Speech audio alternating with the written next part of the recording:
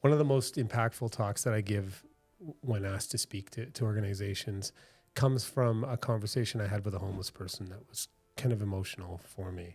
And the context behind it is I did a DNA test and I have some DNA signature that's very rare that allows them to trace my maternal ancestors back almost 300,000 years. And when I looked at that, I remember thinking about it later. It's like 300,000 years, they can see all of my mother's DNA signature. And then we did the calculation, and it translates roughly to 11,200 so mothers that I have, mothers and fathers. And I just thought that was interesting. And one day we were walking, I came upon a homeless guy who was a young guy, looked like he wasn't too far down the road, and he asked for help, not for money. And I paused, and it's too easy to walk past these people sometimes. And I said, "Bud, what do you need for help?" He goes, "Man," I got nothing. I don't know what to do. And I had some time. I squatted down and kind of chatted with this guy because I could see in his eyes like real pain, not drug induced. Like I could see real pain. And he explained that, he wanted to kill himself. It's not easy to talk about because it was so visceral, because he had some bad luck and this and that. And I explained to him, it kind of came out of nowhere, where I synergized that DNA test. And I said, look, if I know that I have over 11,000 parents, you have over 11,000 parents. And I said, you're sitting on the street of this city that's probably the best time in the world to live, and you're considering giving up. And I've since told this story to people who are close to suicide. And I said, and he really like engaged with me and looked right into my soul. And I said, look, take a second to think about having 11,000 parents back throughout history and what they had to go through for you to be here talking to me today. Because if you just try to calculate the odds that, like 280,000 years ago, there was a man and a woman that had 5 offspring. Maybe 2 survived, but one of them became your ancestor and then paired up with somebody else again and had 7 kids, and maybe 3 survived. Every one of those 11,000 generations, your ancestor is the one that survived, right? The others were taken by disease, childbirth, predators, war.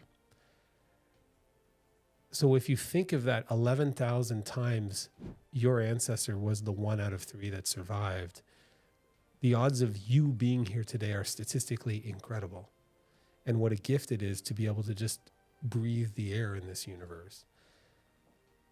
And then I said, and then think about all of your ancestors, your parents, and think about how often they probably almost quit, right? Where they went through a drought or a famine, and they kept going so that their kids could survive. Or a war came and they fought off somebody or escaped, whether it was the Mongols or the Vikings or whoever it was.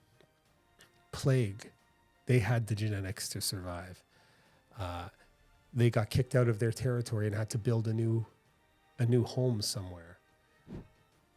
11,000 times they didn't give up so that you could be sitting here today talking to me. And I said, I understand that what you're feeling is overwhelming, but if you give up today, what does that do to the sacrifice that your ancestors made so you could be here? And he teared up, and I kind of teared up. And I'm like, so dude, for God's sakes, like, don't give up on what your ancestors sacrificed for you to be here today. And when I talk to young people or I give talks to people to try and inspire them, I'm like, remember that what you're feeling today is real, but put it into the context of all of the sacrifice and suffering your ancestors had to do for you to be here today. And if you give up without struggling to produce offspring of your own, every single generation before you, their sacrifice is for nothing because the line ends. And he got almost electric, was shaking. And I was just like, dude, you know what I mean? Like, I'll give you cash. I'm like, just don't fucking give up. And he like hugged me, and I would never hug somebody on the streets, but like, it was a moment. I wish I could find that guy and see if I made a difference. But I find when I give that talk today to people who are struggling with anxiety or depression, context is important because we get so wrapped around our lives. Somebody broke up with us that we love. We lost a job. We don't have as many likes as other people. Even if our kids don't like us at the moment or something, there's a reason to keep fighting. And it's the reason that your 11,000 ancestors kept fighting. It's because we're here for something. And if you give up, you dishonor your ancestors.